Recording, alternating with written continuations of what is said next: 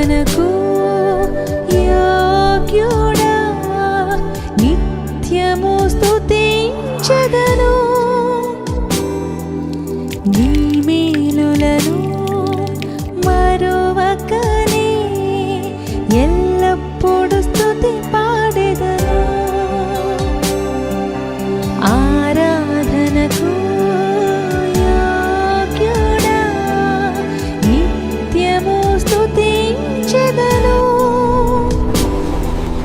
నీ మేలులను మరువకనే ఎల్లప్పుడు స్తుతి పాడెదను. ఆరాధన. నేటి దినములలో చాలా మంది అనేక విషయాల్లో వేదనతోనూ బాధతోనూ నిండి ఉన్నారు. వారి జీవితాల్లో నెమ్మది లేని స్థితిలో బ్రతుకుతూ ఉన్నారు.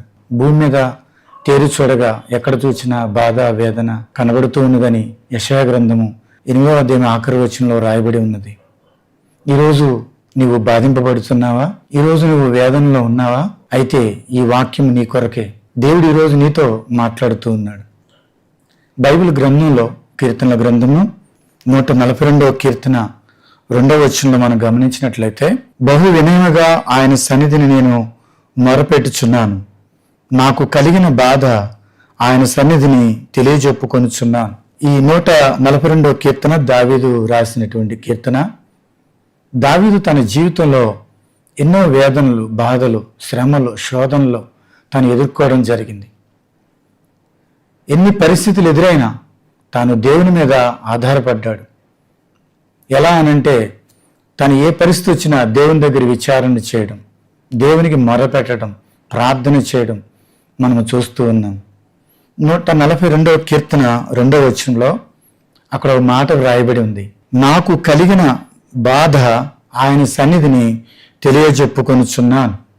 నువ్వు ఏ బాధ ఉన్నా, ఏ కష్టం ఉన్నా దేవునికి నువ్వు తెలియచేయాలి. కొంతమంది వారి బాధ వారే అనుభవిస్తారు, కానీ వారి తల్లిదండ్రులకు చెప్పరు, భర్తకు చెప్పరు, భార్యకు చెప్పరు, తమ ప్రేమించే వారికి చెప్పరు. కానీ ఎవరికి నువ్వు చెప్పినా చెప్పకపోయినా దేవునికి నువ్వు తెలియచేయాలి. కొన్నిసార్లు ఎవరికి చెప్పుకోలేనటువంటి బాధ వేదన నీకు ఉండొచ్చు, కానీ నువ్వు ఏదైతే బాధను అనుభవిస్తున్నావో ఆ బాధను దేవుని దగ్గర నువ్వు ప్రార్థన ద్వారా నువ్వు దేవునికి తెలియజేసినట్లయితే దేవుడు ఖచ్చితంగా ఆ బాధ నుండి దేవుడు నిన్ను విడిపిస్తాడు. మనం ముఖ్యంగా 3 విషయాలు గమనించాలి. 1 బాధపడడం, 2 బాధను అనుభవించడం, 3 బాధపరచబడడం. 1 బాధపడడం అని అంటే, కొన్నిసార్లు మనం ఇతరులు కష్టపడటం చూసి, లేకపోతే ఇతరులు ఏదైనా బాధలో ఉంటే, లేకపోతే ఏదైనా కష్టంలో ఉంటే, ఏదైనా బలహీనతలో ఉంటే వారిని చూసి జాలి పడతాము, బాధపడతాము, అయ్యో అంటాము. 1 అది ఆ బాధ అనేటువంటిది పైన ఉన్నటువంటిది. 2 బాధను అనుభవించడం, వ్యక్తిగతంగా మనం బాధను అనుభవిస్తాం, ఇది 2. 3 బాధపరచబడడం. కొన్నిసార్లు మన మనుషుల చేత బాధపరచబడతాం. కొన్నిసార్లు భర్త బాధపరచవచ్చు, కత్తిపోటువంటి మాటలు పలికి, లేకపోతే భార్య బాధపరచవచ్చు, లేదా ఇతరులు ఎవరైనా నిన్ను బాధపరచవచ్చు. అంటే నువ్వు మనుషుల మాటల చేత, లేకపోతే వారి ప్రవర్తన, వారి క్రియలను బట్టి, నువ్వు వారి చేష్టలను బట్టి నీకు బాధ అనిపించవచ్చు. కానీ ఏ రకమైన బాధను నువ్వు అనుభవిస్తున్నా నీ బాధను దేవునికి తెలియచెప్పినప్పుడు ఖచ్చితంగా దేవుడు నీకు విడుదలనిస్తాడు. అందుకని నాకు కలిగిన బాధను ఆయన సన్నిధిని తెలియజెప్పుకొనుచున్నానని దావీదు భక్తుడు 142వ కీర్తన 2వ వచనంలో చెప్పడం జరిగింది. దావీదు 132వ కీర్తన 1వ వచనంలో చూస్తే, యెహోవా దావీదునకు కలిగిన బాధలన్నిటినీ అతని పక్షమున జ్ఞాపకము చేసుకొనుము అనే మాట వ్రాయబడింది. అంటే దావీదుకు కలిగిన బాధలు ఎన్ని కాదు, తాను అనేక రకాల బాధను అనుభవించాడు. బైబిల్లో రకరకాల బాధలు మనం చూడగలం. అందులో మొదటిగా మనం చూసినట్లయితే శత్రు బాధ. బైబిల్లో మనం చూసినట్లయితే 42వ కీర్తన 9వ వచనంలో, కావున నీవేళ నన్ను మరిచున్నావు, శత్రు బాధ చేత నేను దుఃఖాక్రాంతుడినై సంచరింపవలసి వచ్చినేమి అని నా ఆశ్రయదుర్గమైన నా దేవునితో నేను మనవి చేయుచున్నాను. కోరహు కుమారులు వారి జీవితంలో ఎదుర్కొన్నటువంటి బాధను వారు దేవునికి తెలియచెప్పడం జరిగింది. శత్రు బాధని ఇక్కడ రాయబడింది.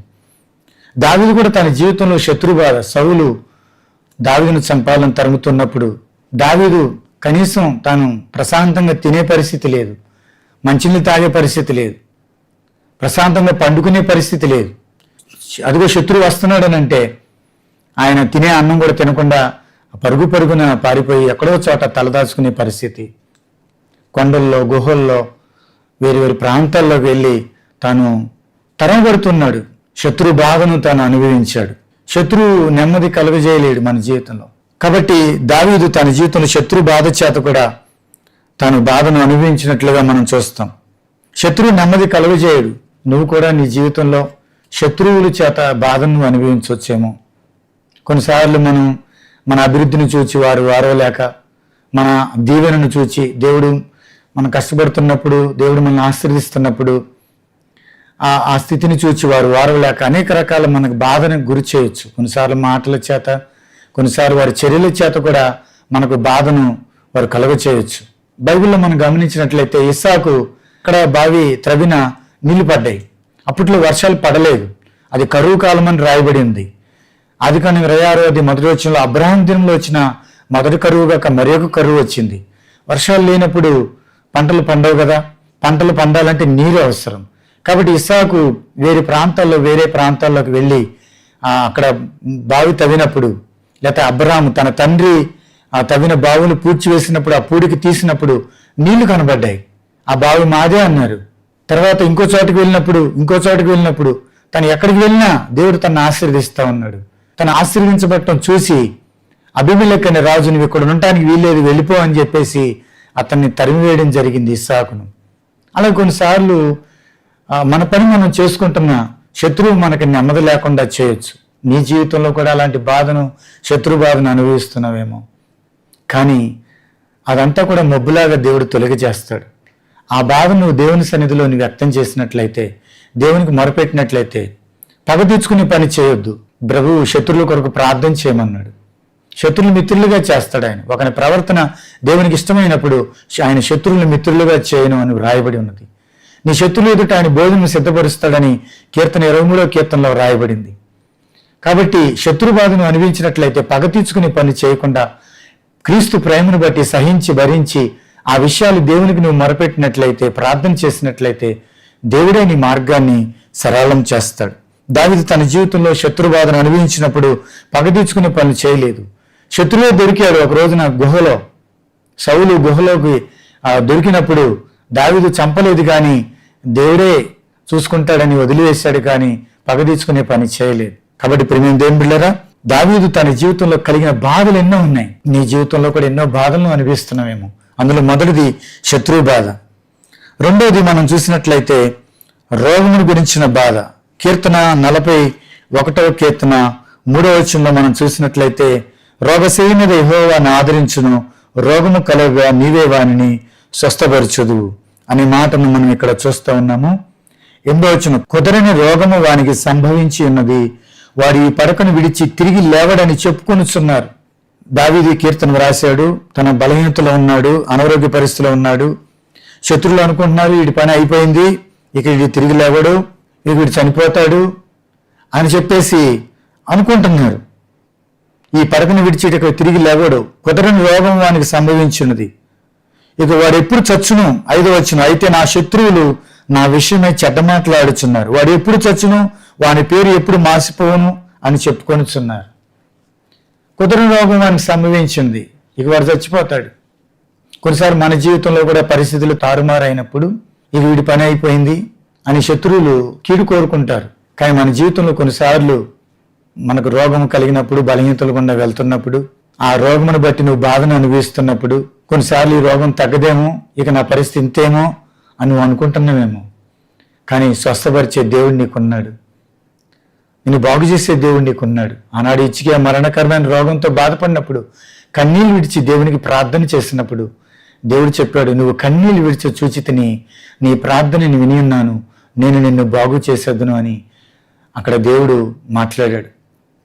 కాబట్టి నువ్వు ఏ బాధను నువ్వు ఎదుర్కొంటున్నా, ఏ బాధను నువ్వు అనుభవిస్తున్నా, ఆ బాధ విషయంలో, ఆ రోగమును బట్టి నువ్వు బాధను అనుభవిస్తున్నప్పుడు నువ్వు దేవునికి మొరపెట్టినప్పుడు దేవుడు ఖచ్చితంగా నీకున్న బలహీనతను, నీకున్న రోగమును దేవుడు స్వస్థపరుస్తాడు. మత్తయి సువార్త 8:6 పక్షవాయు రోగంతో బహు బాధపడుతున్నప్పుడు, ఆ బాధపడుతున్నాడని చెప్పినప్పుడు ప్రభు ఆ వ్యక్తిని లేపినట్లుగా మనం చూడగలం. 12 ఏళ్ల రక్తస్రావ రోగం గల స్త్రీ కూడా వైద్యుల చేత నానా తిప్పలు పడి ఎన్నో మందులు వాడి చివరికి ఆ రోగం తగ్గని పరిస్థితిలో ఉన్నప్పుడు విశ్వాసమును బట్టి ప్రభు వస్త్రాన్ని ముట్టినప్పుడు ఆమె బాగుపడినట్లుగా మనం చూడగలం. కాబట్టి ఎలాంటి బాధను, శత్రు బాధను అనుభవిస్తున్నావా? నీ రోగమును బట్టి నువ్వు బాధపడుతున్నావా? ప్రభు నీకున్న బలహీనతను, నీకున్న రోగమును, నీకున్న జబ్బును ఆయన నయం చేయగలడు. నువ్వు ప్రభునందు విశ్వాసం ఉంచి మొరపెట్టినట్లయితే, ప్రార్థన చేసినట్లయితే ప్రభు ఖచ్చితంగా నిన్ను స్వస్థపరుస్తాడు. తర్వాత మనం గమనించినట్లయితే కొన్నిసార్లు మనుషుల ప్రవర్తన, వారి క్రియలు, వారి చర్యలు మనకు బాధను కలుగ చేస్తూ ఉంటాయి. 129వ కీర్తన 1-2 వచనాలు మనం గమనించినట్లయితే, ఇశ్రాయేలు ఇట్లనను, నా యవన కాలం మొదలుకొని పగవారు నాకు అధిక బాధలు కలుగజేయచూ వచ్చిరి, అయినను వారు నన్ను జయింపలేకపోయిరి. దేవునికి స్తోత్రం కలుగును గాక. వారు ఎన్ని బాధలు కలుగజేసినా బాధలు తాను జయించగలిగాడు, కానీ బాధలు తనను జయించలేదు. మనం దేవుని వైపు చూసినప్పుడు, మనం దేవునికి మొరపెట్టినప్పుడు ప్రతి పరిస్థితిని మనం జయించగలం ప్రభు సహాయంతో. ఇంకో మాట మనం గమనించినట్లయితే, నా యవన కాలం మొదలుకుని నాకు అధిక బాధలు కలుగజేయచ్చు వచ్చిరి, అయినను వారు నన్ను జయింపలేకపోయిరి. బైబిల్లో హన్నా అనే ఒక స్త్రీని మనం చూడగలం. హన్నా గొడ్రాలు, పిల్లలు లేరు, అందరూ కూడా గొడ్రాలు అంటున్నారు, సూటిపోటి మాటలు మాట్లాడుతున్నారు. ఆమె మానసికంగా, శారీరకంగా చాలా మనోవేదనను, బాధను అనుభవించింది. ఒక రోజున దేవుని మందిరానికి వెళ్ళి తన బాధ అంతా కూడా దేవుని సన్నిధిలో కుమ్మరించింది. తన బాధ అంతా దేవుని సన్నిధిలో వ్యక్తపరిచింది. తన కన్నీళ్లతో ప్రార్థన చేసింది. తన హృదయంలో తనకు నెమ్మది కలిగింది. దేవుడు ఆమె ప్రార్థన విని ఆమెను జ్ఞాపకం చేసుకుని ఆమెకు సంతానం ఇచ్చినట్లుగా మనం బైబిల్లో చూడగలం. ప్రియమైన వారలారా, దేవుని సన్నిధిలో నువ్వు మౌనం నుండి మొరపెట్టినప్పుడు దేవుడు ఖచ్చితంగా నీకు సహాయం చేయగలడు. తర్వాత మనం చూసినట్లయితే అప్పుల బాధ, ఇది చాలా భయంకరమైనటువంటిది. ఈ అప్పుల బాధ అనేది చాలా మనిషిని కృంగజేస్తూ ఉంటది. కొన్నిసార్లు శక్తికి మించి ఉంటుంది అప్పు, తీర్చలేని పరిస్థితి, ఏం చేయాలో అర్థం కాని పరిస్థితి. నీ జీవితంలో కూడా అలాంటి అప్పుల బాధను అనుభవిస్తున్నవేమో. అయితే నీకున్న పరిస్థితిని దేవునికి నువ్వు తెలియచెప్పాలి. రాజుల 2వ గ్రంథము 4వ అధ్యాయంలో ఒక స్త్రీ ఉంది. భర్త చనిపోయాడు, అప్పు చేసి చనిపోయాడు. భార్య, 2 బిడ్డలు, 2 కుమారులు. అప్పులు వాడు వచ్చి నీ 2 బిడ్డలను తీసుకెళ్ళిపోతాను అని అంటున్నాడు. ఆ తల్లి చాలా బాధపడింది. నేను బ్రతుకుతుంది, నా భర్త చనిపోయినా నేను నా పిల్లల కొరకు బ్రతుకుతున్నాను, అప్పులు వాడు వచ్చి నా 2 బిడ్డలు తీసుకెళ్ళిపోతాను అంటున్నాడు, నేనేం చేయాలి అని బాధపడుతూ దైవజనుడైన ఎలీషా దగ్గరికి వెళ్ళి తన పరిస్థితి చెప్పినప్పుడు, అమ్మా నీ దగ్గర ఏమున్నది, నీవేం కలిగి ఉన్నావంటే, అయ్యా నా ఇంట్లో ఒక నూనె కుండ తప్ప మరేదీ లేదు అని చెప్పినప్పుడు ఆయన చెప్పాడు, అమ్మా ప్రార్థన చెయ్యి, ఆ నూనె కుండను దీవించమని ప్రార్థన చెయ్యి, ఇరుగు పొరుగు వారి దగ్గర ఖాళీ పాత్ర తెచ్చుకో, ఆ నూనెను ఆ ఖాళీ పాత్రలో పొయ్యి అన్నప్పుడు ఆ ప్రార్థన చేస్తుంది. తను కలిగింది ఏదైతే ఉందో దానికోసం ప్రార్థన చేసింది. చివరికి ఖాళీ పాత్రలో నింపినప్పుడు పాత్రలన్నీ నిండిపోయినాయి. చివరికి అయ్యా పాత్రలన్నీ నిండిపోయినాయి అన్నప్పుడు, అమ్మా ఆ నూనె అమ్మి నీ అప్పు తీర్చుకుని మిగిలిన దానితో మీరు బ్రతకండి అని చెప్పినప్పుడు నిజంగా ఎంత గొప్ప అద్భుతం దేవుడు చేశాడు. ఒక దైవజనుడు ఒక మాట అన్నాడు, అమ్మా నీ ఇంటిలో ఏముందని అడిగాడు. నా ఇంట్లో ఒక నూనె కుండ తప్ప మరేమీ లేదని చెప్పింది. ఈరోజు నీ జీవితంలో అప్పుల బాధను అనుభవిస్తున్నావేమో. అయితే నువ్వేం కలిగి ఉన్నావు? నీ వ్యాపారం కలిగి ఉండొచ్చు, వ్యవసాయం కలిగి ఉండొచ్చు. కొన్నిసార్లు నీ జీవితంలో నువ్వేం కలిగి ఉన్నావో, నీ జీవనోపాధి కొరకు, నీ బ్రతుకు తెరువు కొరకు దేవుడు నీకు ఏమి ఇచ్చాడో, ఉద్యోగం ఇచ్చాడా, వ్యాపారం ఇచ్చాడా, వ్యవసాయం ఇచ్చాడా, ఏ ఫీల్డ్లో నువ్వు ఉన్నావో దేవుడు దాన్ని ఆశీర్వించమని చెప్పు, ప్రార్థన చేయి. ప్రభు నా దగ్గర ఇది తప్ప నా దగ్గర ఏమీ లేదు. చివరికి నీ దగ్గర ఏమీ లేదేమో, రెక్కల కష్టం తప్ప నీ దగ్గర ఏమీ లేదేమో. దేవా నా రెక్కల కష్టాన్ని ఆశీర్వించు, నా చేతుల కష్టాన్ని ఆశీర్వించమని ప్రార్థన చేయి. లేకపోతే నాకు 2 బిడ్డలు ఉన్నారు ప్రభా, నా బిడ్డలను ఆశీర్వించు ప్రభా, ప్రార్థన చేయి. కొన్నిసార్లు నీ తరంలో లేకపోతే నీ జీవితంలో నువ్వు దీవెన చూడలేకపోయినా నీ బిడ్డల జీవితంలో నువ్వు దీవెన ఖచ్చితంగా చూడగలుగుతావు. నీకున్న అప్పుని బట్టి నువ్వు బాధపడద్దు, అప్పుని బట్టి నువ్వు కృంగిపోబాకు, ఇంకెందుకు నీ బ్రతకాలని అనుకోబాకు. ఈ బాధలను కొన్నిసార్లు చావునకు సిద్ధపరుస్తాయి. ఇంకెందుకు నేను బ్రతకాలి, నేను చచ్చిపోతే ఇక ఏ బాధ ఉండదు, ఈ బాధలు ఉండే ఏముండవు అని కొన్నిసార్లు మనం అలాంటి పరిస్థితిలోనికి వెళ్తాం. ఎప్పుడైనా మీరు అలాంటి పరిస్థితిలోకి వెళ్ళారా? ఎప్పుడు అలాంటి పని చేయకు. ఇవేవి శాశ్వతమైన కాదు. కష్టాలు శాశ్వతం కాదు, రోగాలు శాశ్వతం కాదు, అప్పులు శాశ్వతం కాదు. ఇవన్నీ దేవుడు ఖచ్చితంగా నీ జీవితంలో నీకు విడుదలనిస్తాడు. యెషయా గ్రంథం 9వ అధ్యాయం 1వ వచనంలో ఆయనను వేదన పొందిన దేశం మీద మబ్బు నిలవదు అని మాట వ్రాయబడింది. దానికి పై వచనాన్ని మీరు చదివినట్లయితే యెషయా గ్రంథము 8వ అధ్యాయము 22వ వచనం, భూమి తట్టు తేరు చూడగా బాధలను అంధకారమును దుస్సహమైన వేదనయు కలుగును, వారు గాఢాంధకారంలోనికి తోలివేయబడెదరు. 9వ అధ్యాయం 1వ వచనం, అయినను దేవుడు అంటున్నాడు, అయినను వేదన పొందిన దేశం మీద మబ్బు నిలవదు. ఇవన్నీ కూడా ఒక మబ్బులాగా దేవుడు తొలగజేస్తాడు. నువ్వు నీకున్న బాధను దేవుని సన్నిధిలో తెలియచెప్పినప్పుడు దుఃఖము నిట్టూర్పు ఎగిరిపోయినట్లుగా దేవుడు చేస్తాడు. చెరలో ఉన్న వారికి విడుదలను దేవుడు ఇస్తాడు. చెర అనేది శ్రమ, కష్టము, వేదన, బాధ, కన్నీరుకు సాదృశ్యం. 126వ కీర్తనలో వ్రాయబడింది, కన్నీళ్లు విడిచి విత్తువారు సంతోషగానముతో పంట కోసెదరు. అనగా నీ జీవితంలో కన్నీళ్ళ గుండా వెళ్తున్న నీ జీవితంలో దేవుడు నిన్ను విడిపిస్తాడు. కాబట్టి ఈ బాధలు కొన్నిసార్లు ఆ చావునకు సిద్ధపరుస్తే అనే మాట ఎక్కడ రాయబడిందంటే బైబిల్లో 88వ కీర్తన 15వ వచనంలో మనం చూసినట్లయితే, బాల్యము నుండి నేను బాధపడి చావునకు సిద్ధమైతిని. అంటే బాధలు కొన్నిసార్లు చావునకు సిద్ధపరుస్తాయి. అంటే దేవుడు సిద్ధపరచడు. దేవుడు ఎప్పుడు చనిపోవాలని కోరుకోడు. దేవుడు బ్రతికించేవాడు, నిలబెట్టేవాడు, కట్టేవాడు, బాగు చేసేవాడు, బ్రతికించేవాడు. అపవాది ఎప్పుడు కూడా ఏమంటాడంటే, ఇక నీకు సముద్రమే ఉంది నీ ముందు, ఇక దారి లేదు, ఇక దూకే, ఇక చచ్చిపో అని అంటాడు. ఎప్పుడు కూడా నీ జీవితంలో శక్తికి మించిన సమస్యలు ఎదురైనప్పుడు, పరిస్థితులు తారుమారైనప్పుడు ఎప్పుడు కూడా నా బ్రతుకు ఇక నేను ఎందుకు బ్రతకాలి అని అనుకోబాకు. నీ పక్షాన దేవుడు ఉన్నాడు, నిన్ను అర్థం చేసుకునే దేవుడు ఉన్నాడు, నీకు సహాయం చేసే దేవుడు ఉన్నాడు. నువ్వు ఊబిలోకి వెళ్ళిపోయినా సరే లేవనెత్తడానికి దేవుడు ఉన్నాడు. నమ్మకమైన ఒక చెయ్యి దేవునికి అందించు చాలు, ఎక్కలంత ఎత్తైన కొండ దేవుడిని నెక్కిస్తాడు. ఆనాడు పేతురు సముద్రంలో మునిగిపోతున్నప్పుడు ప్రభువా నన్ను రక్షించని ఒక చిన్న ప్రార్థన చేశాడు. గాలిని చూచి భయపడి మునిగిపోసాగను అని మాట రాయబడింది. మన జీవితంలో కొన్నిసార్లు భయపెట్టే పరిస్థితుల వైపు చూసి, అమ్మో ఇంత తప్పు ఉంది, ఇక నేను తెచ్చలేను, ఇలా అనుకున్నాను కానీ అనుకున్నట్టుగా ఈ పరిస్థితులు ఇలాగ ఆశాజనకంగా లేవు, ఇక నా పని అయిపోయిందని అనుకుంటున్నామేమో. కానీ నమ్మకమైన ఒక చెయ్యి దేవునికి అందించి పేతురు ప్రభువా నన్ను రక్షించమని చెయ్యి చాపినప్పుడు వెంటనే ప్రభువు చెయ్యి పట్టుకుని అతను మునిగిపోతున్న పేతురుని లేవనెత్తాడు. నీ జీవితంలో అప్పుల ఊబిలో మునిగిపోయేవేమో, అప్పుల బాధను అనుభవిస్తున్నావేమో, అది తాత్కాలికమే. దేవుడు ఖచ్చితంగా నీకు సహాయం చేస్తాడు. నమ్ముట నీ వలన అయితే నీకు సమస్తము సాధ్యమే. దేవుడు నిన్ను ఖచ్చితంగా నువ్వు ఉన్నతమైన స్థితిలో ఉంచుతాడు. నీ తల పైకెత్తే స్థితిలో దేవుడు ఉంచుతాడు. ఈరోజు తల దించుకునే స్థితిలో ఉన్నవేమో, కానీ దేవుడు నిన్ను తల ఎత్తుకునే స్థితిలో ఒక రోజున ఉంచుతాడు. ఇవేవి శాశ్వతమైనది, తాత్కాలికమే. ఒక రోజున మబ్బులాగా దేవుడు తొలగజేస్తాడు. కాబట్టి నా ప్రియమైన సహోదరి సహోదరులారా, నువ్వు ఏ బాధను అనుభవించినా, నువ్వు కలిగి ఉన్న బాధను దేవుని సన్నిధిలో తెలియచెప్పినప్పుడు దేవుడు తప్పనిసరిగా నీకు సహాయం చేస్తాడు. సామెతల గ్రంథము 11వ అధ్యాయము 29వ వచనంలో మనం చూసినట్లయితే, తన ఇంటి వారిని బాధ పెట్టేవాడు గాలిని స్వతంత్రించుకోను. కొన్నిసారి ఇంటి వారు బాధపడతారు.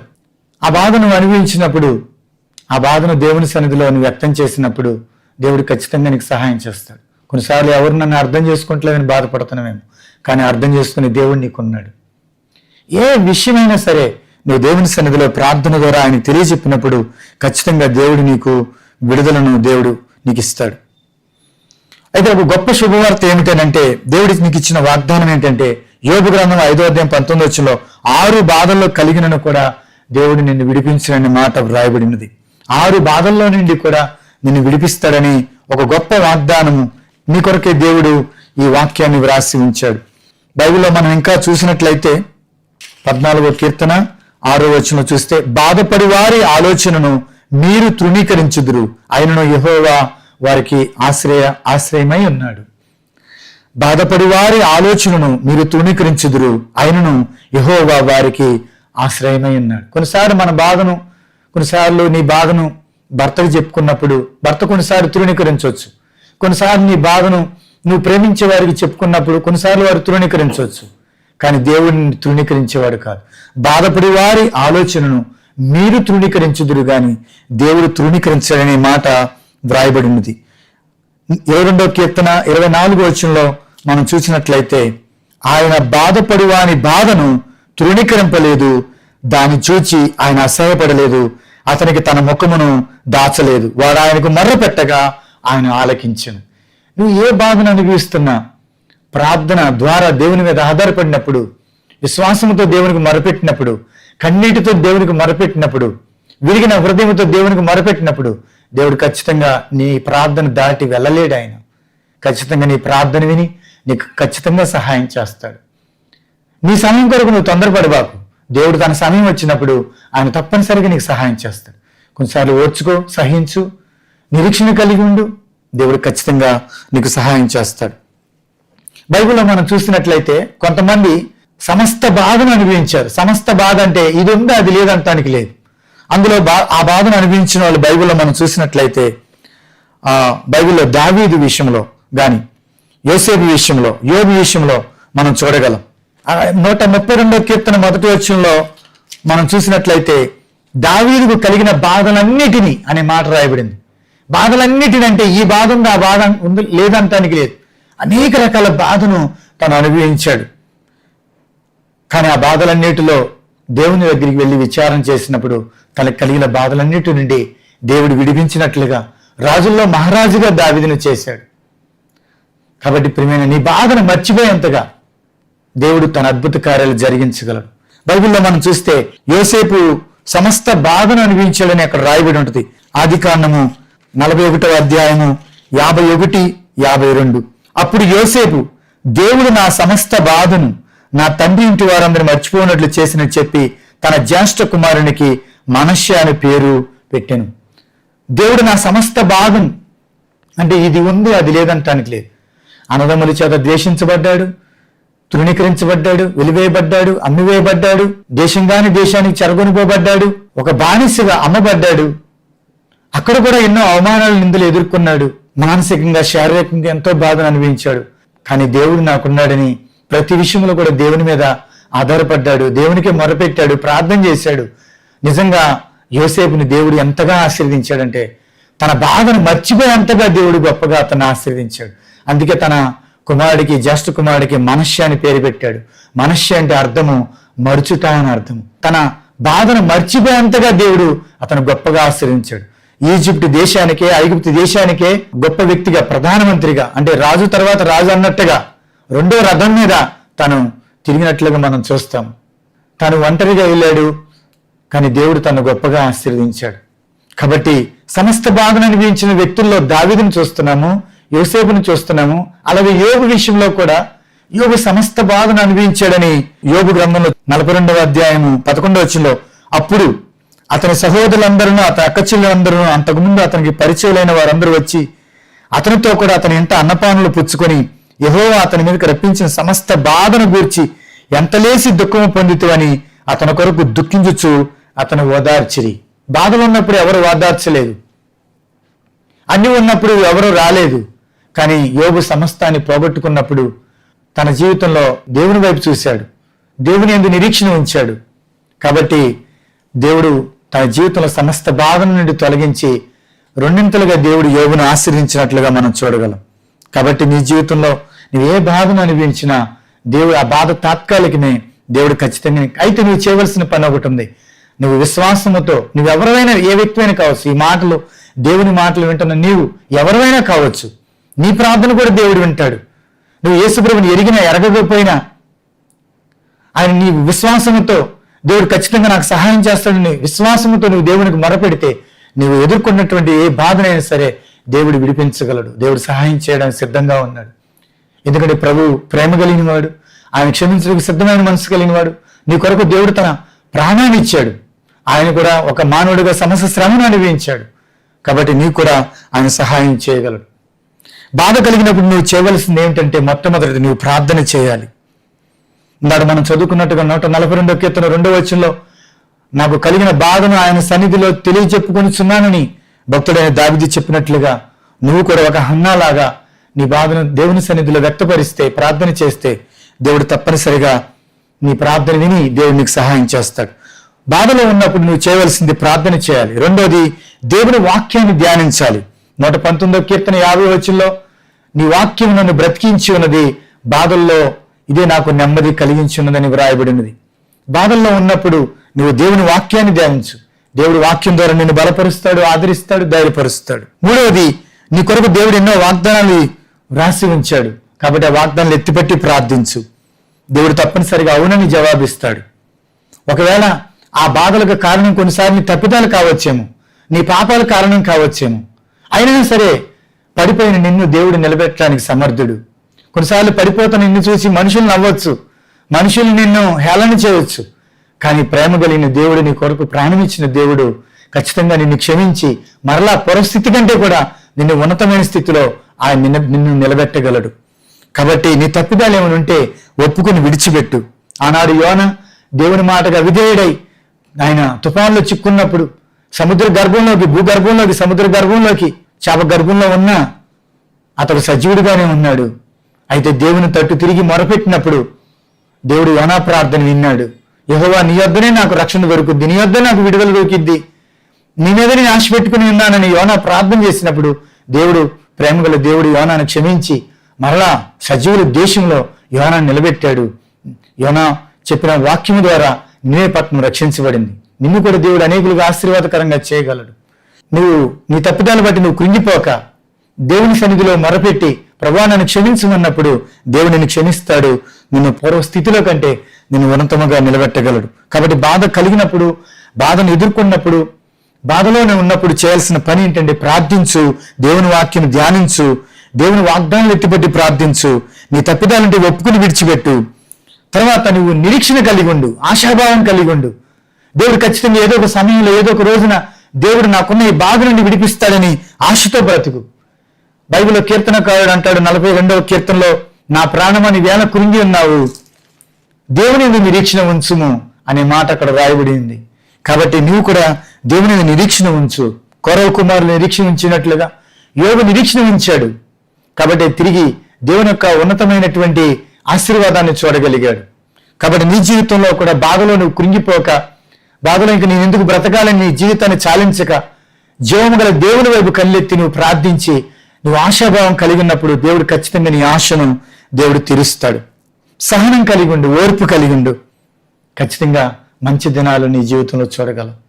నా ప్రియమైన సహోదరి, సహోదరుడా, నువ్వు ఎలాంటి బాధను ఎదుర్కొంటున్నా దేవుడు ఖచ్చితంగా నీకు సహాయం చేస్తాడు. ప్రభువు వైపు చూడు, మొరపెట్టి ప్రార్థించు. నీ జీవితంలో ఎలాంటి సమస్యలు ఎదుర్కొంటున్నావో ఒకసారి నాతో కలిసి ప్రార్థించు. ఖచ్చితంగా దేవుడు నీకు సహాయం చేస్తాడు. నీ బాధలను జ్ఞాపకం చేసుకుని దేవుడు నీకు విడుదలనిస్తాడు. ప్రార్థన చేసుకుందాం. ప్రేమగల తండ్రి, దయగలిగిన నా ప్రభువా, నీ పాదములకు వందనాలు. నాకు కలిగిన బాధను ఆయన సన్నిధిలో తెలియజెప్పుకొనుచున్నానని ఆనాడు కీర్తనకారుడైన దావీదు తెలియజెప్పినట్లుగా నీ మాటలు వింటున్న ప్రతి ఒక్కరిని మీరు జ్ఞాపకం చేసుకోనండి. వారి జీవితాల్లో రోగాన్ని బట్టి బాధను అనుభవించవచ్చు, శత్రు బాధను అనుభవించవచ్చు, కొన్నిసార్లు అప్పుల బాధను అనుభవించవచ్చు. ప్రతి ఒక్కరిని మీరు జ్ఞాపకం చేసుకుని నీ మాటలను ప్రతి ఒక్కరిని దర్శించండి. విశ్వాసంతో మొరపెడుతున్న ప్రతి బిడ్డను మీరు జ్ఞాపకం చేసుకోనండి. యేసు నామములో వారికి కలిగిన ప్రతి బాధ నుండి విడుదలగా ఇచ్చేయండి ప్రభు. వారికి గొప్ప అద్భుత కార్యం వారి జీవితంలో జరిగించండి ప్రభు. వేదన పొందిన దేశం మీద మబ్బు నిలవదని చెప్పినట్లుగా వారు కలిగిన బాధను బట్టి వేదన అనుభవిస్తున్న బిడ్డలకు విడుదలనిచ్చి వారికి స్వస్థతను, ఆరోగ్యమును దయచేయండి. మంచి దినములు వారికి అనుగ్రహించండి. దీవెనకరమైన దినములు దయచేయండి ప్రభు. విశ్వాసంతో మొరపెడుతున్న బిడ్డలకు నీ కార్యం జరిగించి మీరే మహిమ పొందమని యేసు నామములో అడిగి వేడుకొంచున్నాము తండ్రి, ఆమేన్. మన తండ్రి అయిన దేవుని ప్రేమయు, ప్రభువైన యేసుక్రీస్తు కృపయు, పరిశుద్ధాత్మక అన్యోన్య సహవాసము సకల దేవుని మాటలను ప్రతి ఒక్కరికి విశ్వాసంతో ప్రార్థించిన వారందరికీ దేవుడు తన కృపను, సహాయము దయచేయును గాక. ఆమేన్.